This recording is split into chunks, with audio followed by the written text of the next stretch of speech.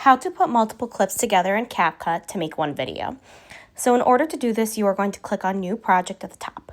From there, it's going to give you a bunch of videos that you have on your phone. So you can click whatever videos you want. So we can select as many videos as you want, but let's say I'm going to do 3. And once you put these 3 videos together, they are actually already going to be merged together in a video. Now you can add different transitions to these. So between 2 clips, there are going to be a little white tab. So if there's a little white tab here, you could then do a transition to merge these clips.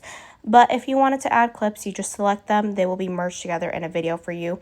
And then you can click on this plus sign on the right-hand side if you wanted to add more videos as well.